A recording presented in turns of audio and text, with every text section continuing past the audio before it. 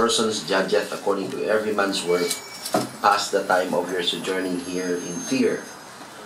For as much as you know that you were not redeemed with corruptible things, as silver and gold from your vain conversion received by tradition from your fathers, but with the precious blood of Christ as of the Lamb, without blemish and without spot, who verily was foreordained before the foundation of the world, but was manifest in these last times for you, who by him do believe in God, that raised him up from the dead, and gave him glory, that your faith and hope might be in God.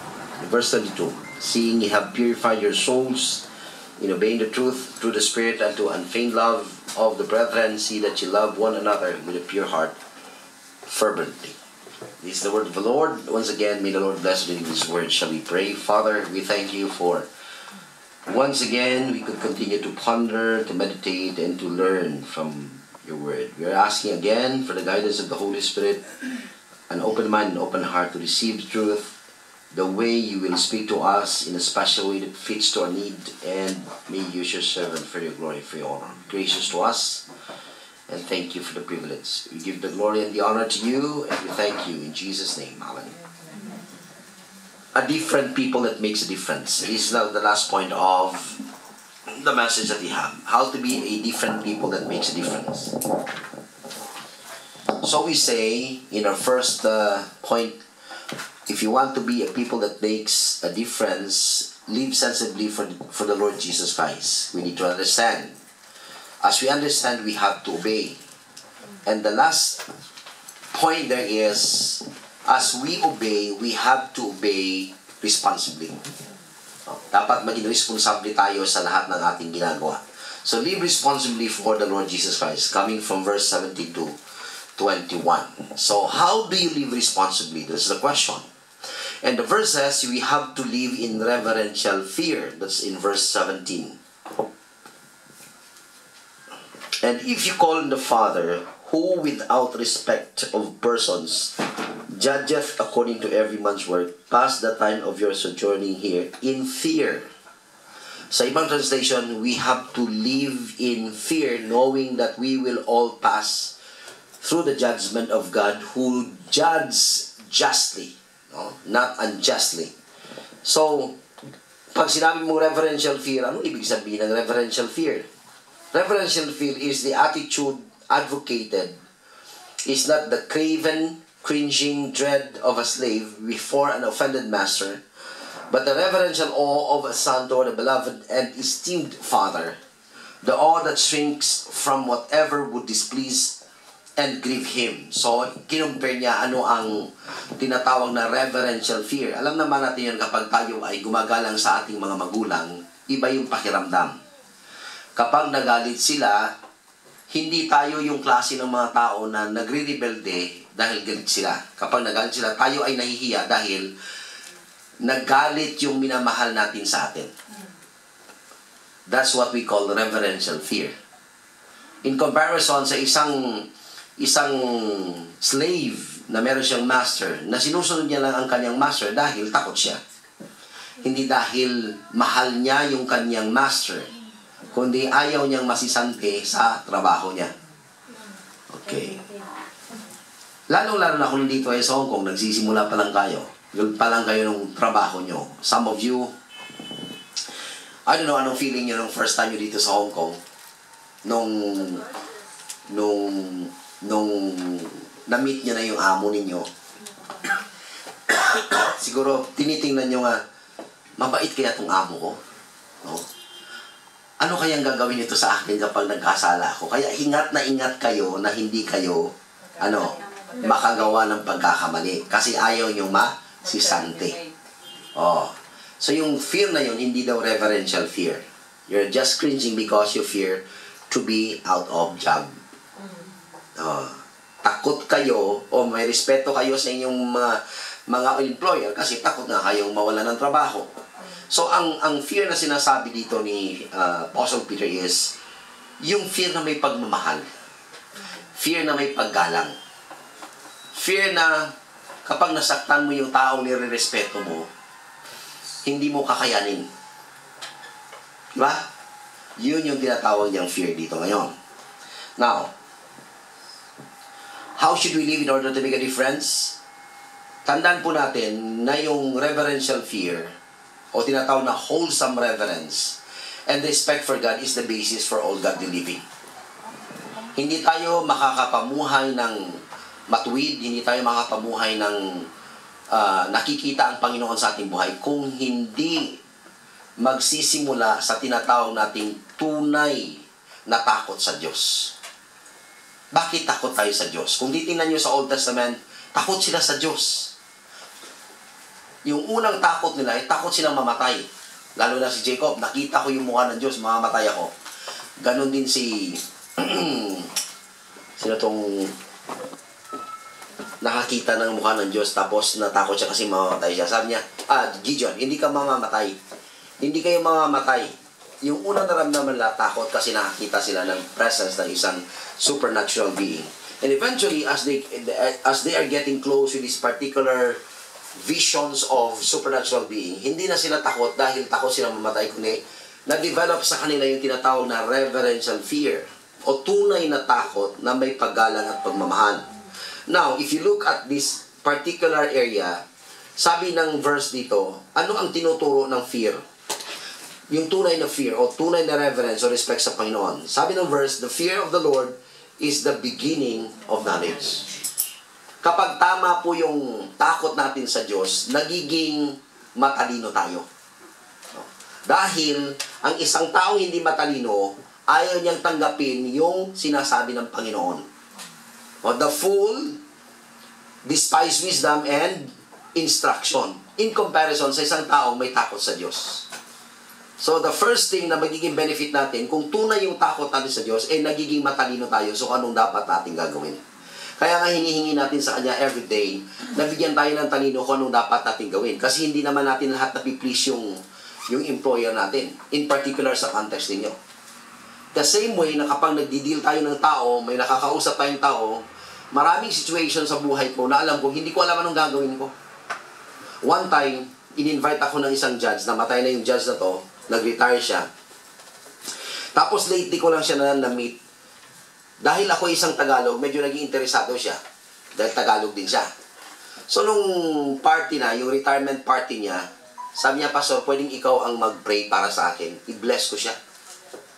First time i-bless ko isang judge. Sige. Nung ako'y nandoon, biglang nagdatingan yung mga, siyempre, who's who in the government. Yung mayor, yung vice mayor, yung mga councilor, yung mayor ng Bacolod, yung governor ng ganito, si judge ganyan, si fiscal, ang daming mga big wigs in the government and in politics na na-meet ko doon. Bigla ako nanliit. Siyempre, sino ba naman ako? Pastor lang naman ako ng isang maliit na simbahan. So, sabi ko, Panginoon, hindi ko alam anong gagawin ko. Hindi ko alam anong ipipray ko. Siyempre, kapag nasa gobyerno ka, yung prayer nila, nililista nila. Diba? Nilalagay nila sa papel. Tapos pag nag-pray sila, babasahin na lang nila. Hindi tayo ganun. Sabi ko, Panginoon, bigyan mo ko ng talino kung paano ko dapat ipanalangin ang taong ito. And when I prayed, after I prayed, there is one fiscal who approached me. Sabi niya, Pastor, anong relihiyon ninyo? Sabi ko, Pastor, ako sa Baptist dyan sa Hope. Kasi Pastor, gusto ko umiyak habang kayo ay nananalangin. Iba yung panalangin nyo. So doon ka nakita, sabi ko ang Panginoon ay sumasagot. Another instance. Actually, nahihiya ako kapag politika na ang pinag-uusapan. Nung State of the Nation and the State of the City Address ng Mayor, kaibigan ko yung Mayor actually, ng Silay. In-invite ako ng kanilang, I don't know, front office or whatsoever. Now, we pray together with a priest. Mauuna ang pare, susunod ng pastor. Of course, it is a prayer about the mayor. Kasi State of the City Address na nanalangin uli ako. Sabi ko, Panginoon, hindi ko alam ano ipipray ko. Hindi dahil hindi ako marunong mag-pray, di ba? Iba kasi yung setting yun, mga unbeliever yung mga yun. So sabi ko, bigyan mo ako ng katalinuhan upang maramdaman nila na ang panalangin ko ay hindi talaga pareho sa pare. So, nanalangin ng pare, Tagalog, binasa niya. Alam niya naman, binasa niya talaga. Nung nagsimula ako nag-pray, narinig kasi nasa harapan, nasa pinakaharapan talaga yung pamilya ng mayor. May naririnig kong amen. Amen po, Panginoon. Sabi ko, oh, may kamag-anak na Christian yung mayor. So, may nag-i-amen talaga, narinig ko, hindi ko alam. Tapos, buo kasing government employee na doon, punong-puno yung gym. Full capacity. Yung gym is, ang capacity na is 3,000. So imagine that audience na ikaw mag-pray. Sabi ko, hindi ko ipiplease yung mga taong to. Ipiplease ko ang Panginoon. Nag-pray ako. And then, even the family was really blessed. Itong family to is Catholic. Close Catholic. And for the first time sa city na merong mag-pray na isang pastor sa public gathering ng isang katolikong mayor. After that, weeks, months, and months pass, ang daming feedback na naririnig ako. Ang ganda ng prayer ng pastor. Talagang iba daw, naramdaman nila na parang nakikipag-usap lang siya sa Diyos. Ganun talaga yung sinabi. Sabi ng ibang mga member na nagsisimba sa pastor namin yan. Talagang proud na proud eh. Pastor namin yan. Tapos sila nagsasabi, Pastor, ang daming na-bless sa office namin sa prayer mo. Tapos sinabi na, wala naman pala yung prayer ng pare, no? Pero katoliko yung mga to. Anong nangyari? The fear of the Lord. It will always start there. When you love God and you fear God, He can use you even in the ways na hindi mo akalain na gagamitin ka niya. Hanggang ngayon, ginagamit ako ng Panginoon. Naging mas madali para sa amin pumasok sa mga Bible studies sa mga school. It all started with the fear of the Lord. So, that's the beginning of wisdom. The second thing, sabi niya, the fear of the Lord is to hate evil. You will start to hate evil. Kapag napupuno ka ng biyaya ng Panginoon, kapag napupuno ka ng presensya ng Panginoon, you will start to be conformed to the image of the Son. And the more you have the likeness of Jesus Christ in your life, the more clear it is for you to discern kung anong mga bagay na pwedeng sumira sa iyo ng iyong relationship sa Panginoon. And you start to hate them. Kasi alam mong sisirain ka ng mga bagay na yun. Sa buhay natin, kung tayo ay nagiging closer sa Panginoon, mas nagiging clearer yung mga bagay na mag-i-hinber sa iyo kung paano kang lalago bilang isang Kristiyano. At kung noon ay minamahal mo sila, may gana kang gawin yung mga yon. Ngayon, hindi na. One of the struggles ng asawa ko sa akin is mahilig ako maglaro ng cellphone. Hindi Candy Crush. Hindi ako yung mahilig sa mga long-term na mga laro. Yung sniper lang, yung tumitira at mapatay, yun lang. After 5 minutes, tapos na yun actually. Kung napatay mo na yung kalaban, okay. Tapos magpapahinga lang ako. Pero palagi kong ginagawa. So ang asawa ko, pinagpipray talaga ako na tumigil. Sabi niya, bakit, why not rather than spending your time in cellphone, you talk to people. Lalo na kapag sa public yung ganito. Instead na naghihintay ako sa church nang nakikipag-usap sa tao, upo ako, bigla ako mag-scroll ng laro, ng mga puzzles, yung mga puzzles na word. One day, sabi ko sa staff ko, it's hard, no? Kung ikaw ang senior pastor. Nagkaroon kami ng medyo evaluation at the beginning of the year. That was 2-3 years ago, or 4 years ago. Sabi ko, ano nakita ninyong dapat baguhin sa buhay ko? Ang lakas ng loob ko magtanong. Pero sabi ko, hindi lang ako. Lahat kayo. Lahat tayo magsasalita, anong dapat baguhin sa buhay natin? Ano yung magagandang bagay na nakita nyo? Ano yung mga dapat alisin natin? At lahat sila consensus. Unanimous decision. Pastor, ang hilig mo mag-cellphone. Yun agad, hiyang-hiya ako. Hiyang-hiya talaga ako. Sabi ko, okay. So this year, babantayan nyo ako. Kapag nilalabas ko na yung cellphone ko, titingin na kayo o bigla nyo akong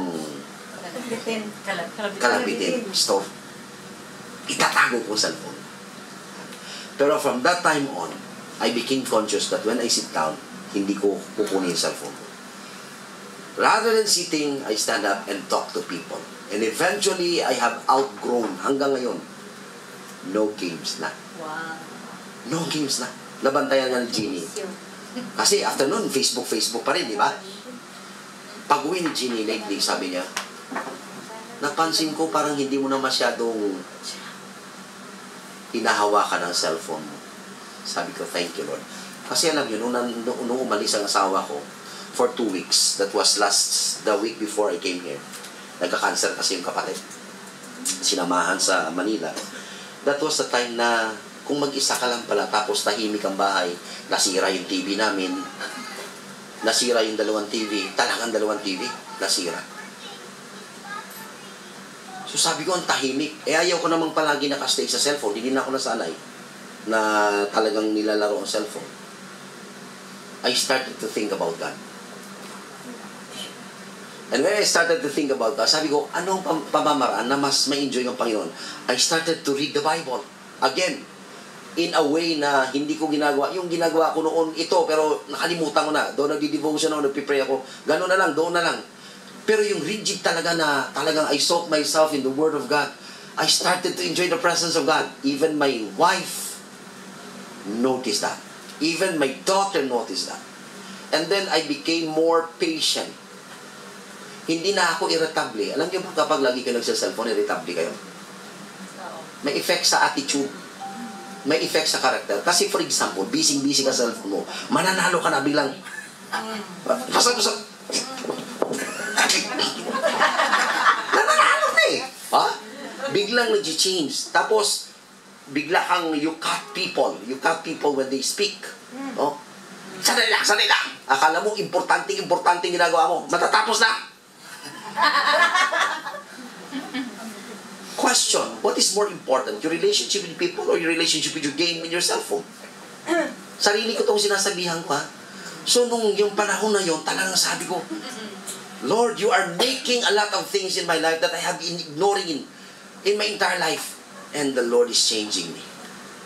Ang dami ko nirealize, sabi ko, pagod pala palagi yung asawa ko kasi wala nang TV, di ba? Ako nagliligpit, ako yung nagigising ng umaga, nilulutuan ko si Anya before siya kailangan 7 o'clock, umalis na. So I cook food, tapos gising na. Sabi ko, si Jenny, kapag ginising, ang hirap niyang gisingin si Anya kasi iba yung babae mag-gising. Ako isa lang. Gising. Pag hindi gumising, alam mo na mangyayari sa'yo. Gising agad yun. Ganun yun. Pero kapag si Jenny, Anya, gising na. O, tapos magluluto naman. Tapos wala pa titingnan yung oras. So, mangungonsumisyon siya. Anya, gising na. Tapos luluto na naman siya. Titingnan niya naman ulit. Ilang beses siya babalik-balikan, hindi nagigising. Ako isa lang. Sige. Pag hindi gumising, alam mo na mangyayari. Alam na, agad-agad, maliligo na yung bata. Kumain ka na. Tapos, kuminsan umuwi, sabi niya, gusto ko si Mami. Kasi pag ako isang salita talaga, wala siyang magawa. Eh, syempre, yung mami niya, mabait eh. No? Medyo nakukuha niya pa sa paliko-liko niya. Ako hindi. Sabi ko, minsan bilang kita sasabihin na, minto ka cellphone mo, garal ka. Yes, Daddy. Kasi alam niya yun. Sabi ko, alam mo na mangyayari. Kapag sinabi kong tigil-tigil, ano mangyayari sa cellphone mo? Wawasakin ko yan. Hindi ko sinasabi, itatapon ko. Talaga wawasakin ko sa harapan mo. Eh, hindi pag sabi kong, oh, tama yung cellphone. Oh, Daddy, ito na yung cellphone. Oh, hindi tapos. Oh. Martial law pag ako. Kaya sabi niya, pag umuwi na siya, gusto ko si Mami. Oh. But during these times, I realize that when I am quiet, I seek God. When my hand is busy with so many things, hindi ko pinapansin ng Panginoon. Because I'm so busy with myself. I'm so busy with what I will do. So itong time na to is a time of evaluation, meditation, and everything. And I really enjoy God. And then, I think nanibago yung asawa ko. Sabi ko, Langga, alam mo, ito yung ginawa ko. Tingnan mo yung bahay. Ang linis. Nag-video call niyo, tingnan mo yung bahay. Ang linis. Wow, Daddy. Tapos, early in the morning, mga 9 o'clock pala na umaga, sabi niya, Anong ginagawa mo ngayon? Check niya ako eh. Sabi ko, nakapaglinis na ako sa labas, nakapaglinis na ako sa loob, na map ko na, nakapagluto na ako, nadada ko na si Anya sa school ngayon, nagde-devotion. Sagot, ha? Nagulat eh, ha? Hindi makapaniwala yung asawa ko. Sabi niya bakit kung wala ako ganyan ka? Bumalik. Pagbalik, kanya naman lahat. Sabi niya, napapagod na ako. Sana wala na lang ako dito. Sabi ko, maghintay ka. Pagbalik ko uli sa Hong Kong, you will see a different of me. Secret ko lang yun. Isi-surprise ko siya. Sasabihan ko sa inyo. Nakalain tayo. Anong oras na to? Hindi nanonood yun. Nasa office. Sasabihin ko, every morning, ako na lang magluluto ng breakfast. Tsaka, ako nang bahala sa anak natin. Ako na magigising. Anya, alam mo na mangyayari kung gigising. Walang maraming gulo. Isang sabi ka lang. Ha? Pag hindi ka tumayo, alam mo na yon. So you see, when you keep yourself in the presence of God, you enjoy Him, and you start to hate evil. Look at the third one. If you have this fear of the Lord, look at this. You only not hate evil, but you keep yourself away from evil. The fear of the Lord. By loving kindness and truth, iniquity is atoned for, and by the fear of the Lord, one keeps away from evil. Ikaw na ngayon ang tumatakbo palayo. Kung nandyan na siya, ayaw mo na sa kanya. Iba yung hate mo eh. Iba yung ayaw mo, iba yung fino-forsake mo. Kasi merong ayaw mo, pero gusto mo rin. Diba? Kahit ayaw mo, sinasama mo pa rin. Pero itong time na to, if you develop such fear, not only that you become wiser, that you hate its presence, now you run away from the very presence of evil. Yun pala yung nagagawa, yung tinatawag na totoong takot sa Diyos. Hindi takot na nanginginig ka, kundi takot na mahal mo siya, kaya't ayaw mo siyang ma-displease sa buhay mo. That's the awe na tinatawag. I believe ganun yung mga anak, yung pagmamahal sa mga parents. Umiiyak sila kapag napapagalitan sila kasi alam nilang na-upset nila yung taong mahal nila. Hindi sila umiiyak dahil nasasaktan sila, kundi na-realize nila, o na-realize ko, na-realize mo, I have displeased God. Heartbroken yung father ko, heartbroken yung mother ko. Now I am crying because now he or she is angry with me.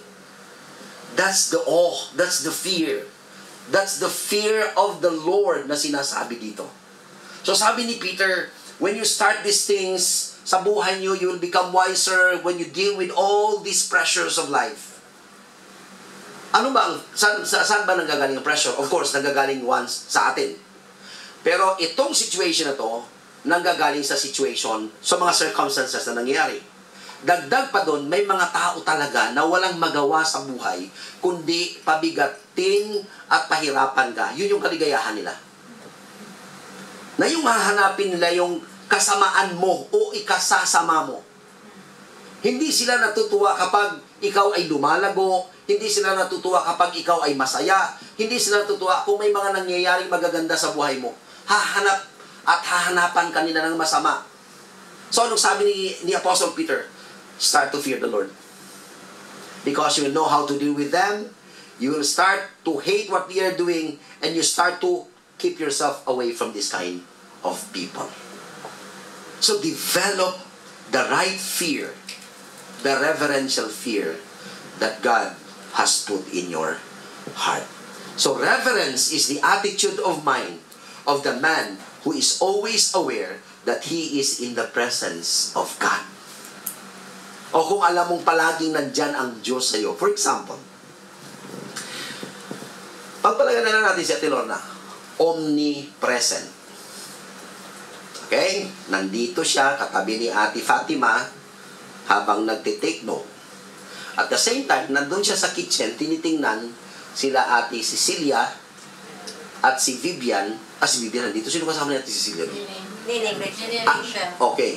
Si Neneng Rachel, na tinitingnan niya ang bawat hiwa ng saging, ang bawat hugas ng pinggan, na aware sila na nandyan siya sa tabi. Anong feeling nun? Siyempre, ingat ka. Tama na kaya to? Ang hiwa ko, tama na kaya ang hugas ko? O nagmamap kayo dyan? Hindi, kung nagmamap kayo, hindi kayo yung barangka map ng map, biglang, alam mo na dyan, may nakatingin sa'yo. Okay, mapin natin na mabuti to. Tapos kapag nagtitake note kayo, alam nyo katabi yung Diyos. Hiyang-hiya ka, ingat na ingat ka. Yun yung sense nun. Alam nyo kung bakit wala tayong sense of fear? Kasi hindi natin iniisip ng Panginoon katabi natin. Where in fact and in reality, katabi talaga natin ang presensya niya. Have we not realized that we have in our sides ministering spirits? Assigned to everyone to minister to the need of those who are safe. So ilan tayo dito? Kung ilan ang number natin dito, hindi natin alam kung tag-isa o tag-dalawa yung nagbabantay sa atin. Nakakalimutan natin yun, no? I have a ministering spirit. At the same time, there are evil spirit who wants to destroy my life. Alam nyo? Alam ko yun. Ito nangyari. Napilay siya niya. Medyo may kibit. No? Medyo nagkasinat. Merong, ano yung kibit sa Tagalog? Naipitan ng ugat. May pilay. May pilay. Napahilot kami doon sa alam niyo naman yung mga maghihilot. Nakakakita talaga yan ng ano.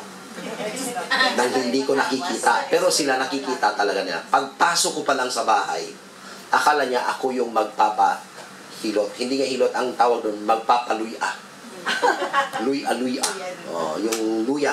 Iluluyahan ka niya. Pagpasok ko, akala niya ako kasi pagpasok ko raw, sabi niya, to, Tagalogin ko. Alam mo, merong madilim na espiritu na sumusunod sa iyo. Nagulat siya sa sinabi ko. Matagal ko nang alam.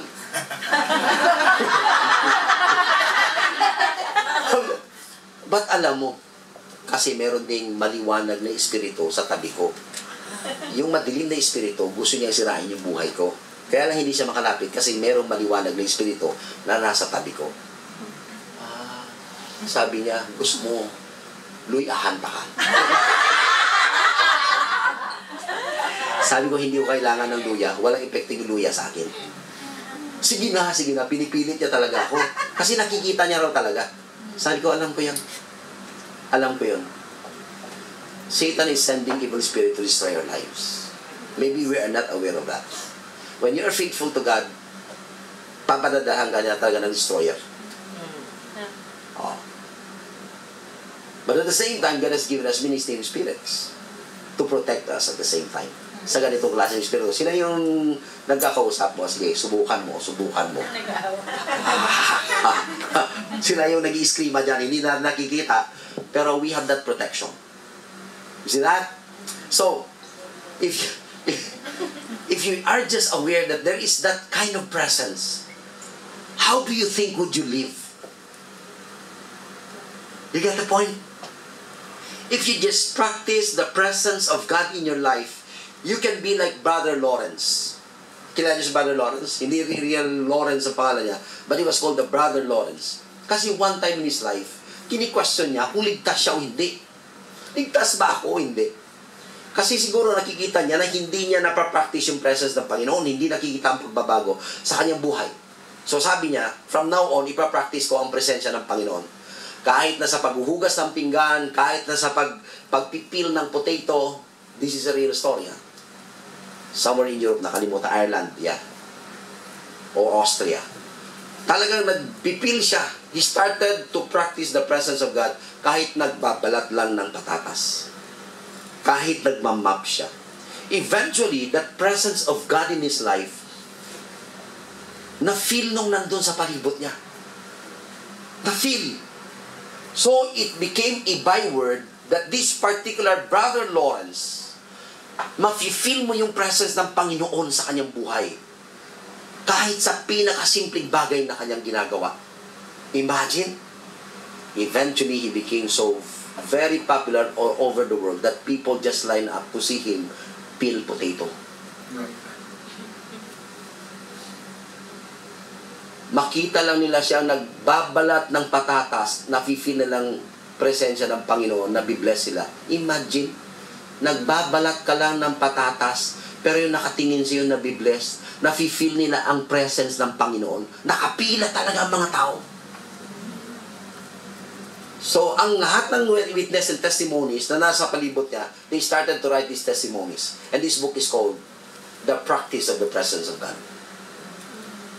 Oh, only if all believers have that desire that even in just simple task sa buhay natin, we practice the presence of God. Imagine kung ano mangyayari sa buong mundo. People will feel the presence of God. Kahit anong kontra ng amo mo sa'yo, kapag nakita ka niya at naramdaman niya ang presensya ng Panginoon, I tell you, that person will ask, what is in you that is not in me? Anong nasa sa'yo na wala sa akin? Makikita nila yun eh. And then you can be a witness of that. It's the presence of God in my life. How can I have that? Then you start sharing the Lord Jesus Christ. It starts with a relationship. With the relationship with the Son of God, my Savior. You see what kind of testimony that would be. And Peter said, live in that kind of life. In reverential fear. So that even those who speak evil against you will one day be embarrassed because they spoke evil against you at the day of visitation, because they realize that they are the one who is on the side of wrong and you are right. Because they saw God in your life. So 3 reasons for living in Christian reverence. Number 1. Because, sabi ni Peter, we live in this world with temporary status. O, sa Facebook, naglalagay kayo, status. Anong status nyo? Single. Yung iba, married. Yung iba, complicated. Bakit naging complicated? Biglang ngingiti. Kasi pala yung partner, merong iba. O, mga ganon. So sa Panginoon, anong status mo? Kasi sabi niya rito, sa verse 17, and if ye call on the Father, who without respect of persons judgeth according to every man's word, pass the time of your sojourning. You see that word sojourning? The literal, the simpler English translation of it is temporary residence. Temporary residence. You're in Hong Kong. You have a contract. Your contract gives you the right to stay according to the limit of that contract. You are temporary residents of Hong Kong. In comparison, Gatilona, which is a resident of Hong Kong. Now, kung ikaw ay isang temporary resident, how should you live? Dadalhin mo yung pamilya mo rito? At makikita na kayo sa amo mo? Of course not. When you know that you are just temporary in that particular place, anong ginagawa mo? You buy your own food. Filipino food. Bakit? Kasi yung permanent resident doon, hindi mo, ano tawag doon? Hindi kakauyon. Hindi mo gusto yung lasa ng kinakain nila. Hinahanap-hanap mo pa rin yung lasa ng pagkain na kung saan ka nanggaling. Anong sinasabi nun? Doon nandyan ka sa kanilang mundo, hindi ka kasama sa ganyang mundo. Why? Because you know that you are just a temporary residence. And that is actually the sense na sinabi ito ni Peter. Ang sinasabi niya rito, you are temporary resident of the earth. The permanency of your residence is in heaven. So kung anong pagkain sa heaven, dapat ganun yung taste bud nyo. Diba? Kung makain sila dito ng makamundong pagkain, ikaw, you don't like it. You don't like the taste. Why? Because your taste bud longs for your local food in heaven. The same way that we are longing for the local food of the Philippines. Di ba? Kaya nagdadala palagi ako dito ng saba na saging. Kasi mahal ang saba na saging. Puso ng saging. Kung may time pa, nagdadala ako ng daing. O, hindi nawawala yun sa mga abroad. Hinahanap-hanap nila yung daing. Anong ibig sabihin nun? You are not overwhelmed by the culture of this place because you keep on longing and living according to your original citizenship. Ito yung sinasabi ni Peter. Your original citizenship is in heaven. Then live continually in that way. Think always that your status here on earth is temporary. So don't let this earth overwhelm you by the way it lives. Pangalawa, sabi niya, bakit kailangang mamuhay ka na may takot sa Diyos? Because one day, verse 17, we will give an account of how we have lived in this world. Isa pa yun. Kasi sabi niya rito, and if ye call on the Father, who without respect of persons judgeth. Okay. Tayo po ay tatayo sa harapan ng Panginoon. We will give an account individually of what we have done and how we have lived in this world. Dapat nasa mindset natin yun. Dapat maliwanag yun. Come on. Everything that I do, everything that I say, the way I live my life, I will give an account of that to the Lord. Anong sinasabi sa verse? Look at this. Romans 14:7. For none of us lives for ourselves alone. Hindi ka mamamuhay sa gusto mo lang. Hindi ka magsasabing buhay ko to. Wala kayong pakialam. And none of us dies for ourselves alone. We don't live and die for ourselves. Ano sabi niya? If we live for the Lord. If we die for the Lord. So, whether we live or die, we belong to the Lord. It is written, as surely as I live, says the Lord, every knee will bow before me. Every tongue will acknowledge God.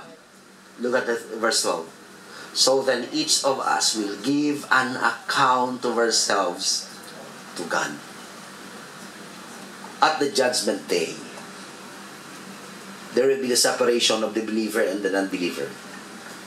Pero one thing is sure. Sabi sa Philippians, every knee will bow and every tongue confess that Jesus Christ is Lord for the glory of God the Father. The question is, on which side will you kneel? Will you be kneeling on the side of regrets because you don't have a relationship with the Lord Jesus Christ? Manghihinayang ka. Ngayon, namatay si Kobe Bryant. Ang unang tanong, same hindi. Meron doon, nakita ko testimony, isang player din during the Olympics somewhere na nakalimutan. Sabi niya, in Greece, Olympic in Greece, sabi niya, nagkasalubong kami ni Kobe sa hotel. Tinanong ko siya kung ni-receive niya si Jesus Christ. Sabi niya, yes. So binigyan niya daw ng tracts. I don't know kung binasa niya hindi. But after that, he didn't talk anything about Jesus Christ whatsoever. Profession, public or not. I don't know if he's saved or not. Pero on his own, sabi niya, unlike kay LeBron James. Narinig niyo si LeBron James? Sabi niya, he received the Lord Jesus Christ as his Lord and personal Savior. I don't know also kung hype lang o ano, hindi rin natin alam. Only God knows. Pero ano sinasabi ko dito? That day will come. Nobody can stop that and no one is exempted. All knees will bow. So may ibang mga pilosopo, what if pastor putol ang paa mo? Paano ka luluhod? Sa araw na yun, bibigyan ka ng Diyos ng paa para lang makaluhod ka lang. O, akala mo ha. Maghahanap ka pa ng dahilan. O, yung mga walang tuhod, bibigyan ka ng Diyos ng tuhod para lang makaluhod ka. O sige. The question is, on which side will you be kneeling, as I have said? Will you be on the side of regrets because you rejected the Lord Jesus Christ? Or, eto, dalawang part din to eh. Maybe you will be kneeling on the side of rejoicing because you know that you're saved. Yet in this side, there are two feelings. full rejoicing and half rejoicing. Bakit?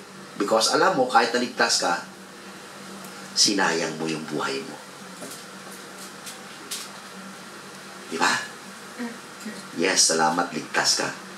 Pero anong klaseng buhay yung ipinamuhay mo? So you will be bowing there, yes, rejoicing, and at the same time, nanghihinayang ka rin. Sayang, hindi ko binigay ang lahat. Think. What kind of a kneeler are you during that day? Remember, each one of us will give an account of ourselves to God. It will come.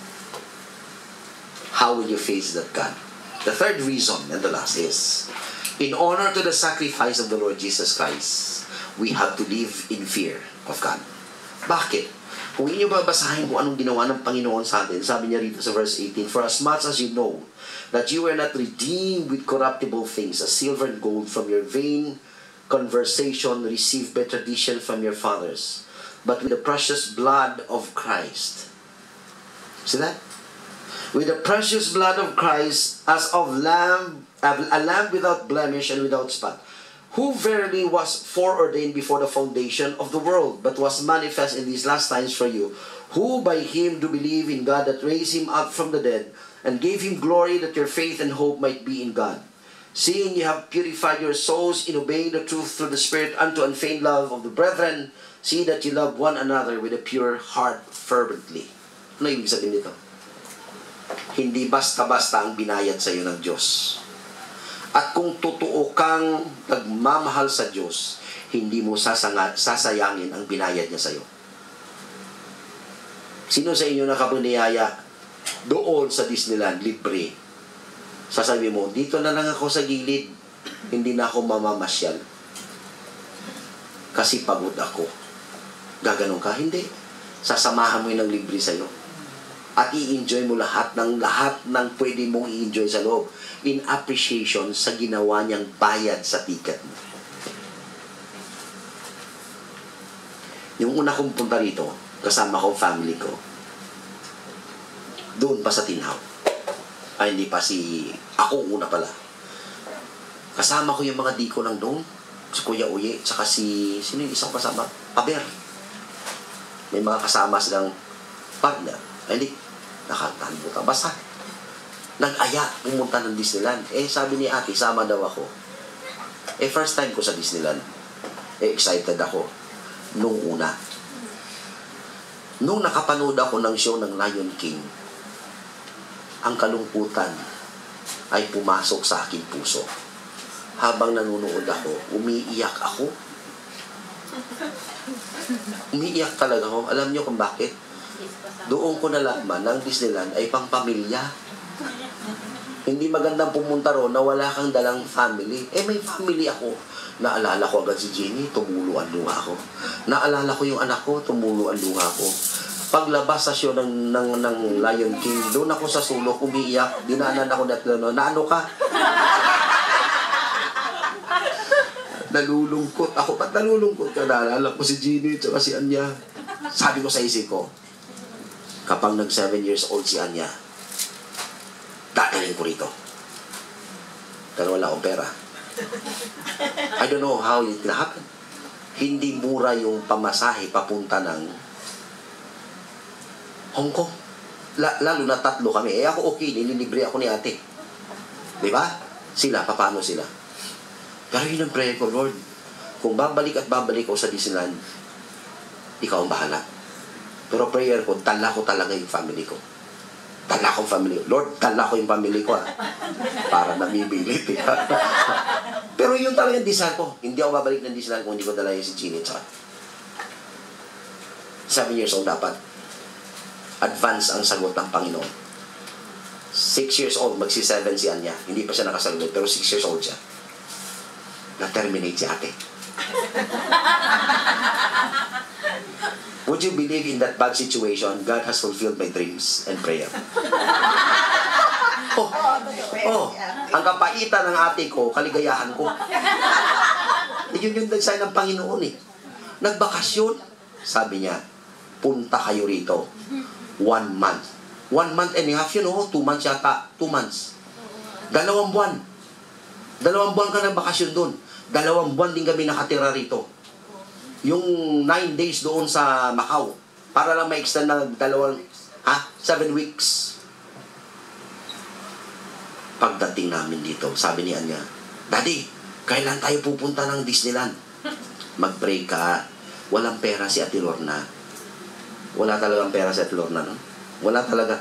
Sabi ko, mag-pray ka lang na mag-provide ng Panginoon. So, after 1 month yata, umuwi si ate. Dumating na. Dumating. Sabi niya, Daddy, andyan na si Ate Lorna. Kailan tayo pupunta ng Disneyland? Maghintay ka. Na mag-provide ang Panginoon. Ganon talaga. Walang assurance na makapunta. Pero prayer ko talaga. Bigla nag-iaya si Ate Lorna. Punta tayo ng Disneyland. Punta kami. Hindi pa kami nakapasok. Umupo muna kami. In-arrange yung mga chocolate sa loob para hindi makita nung checkpoint.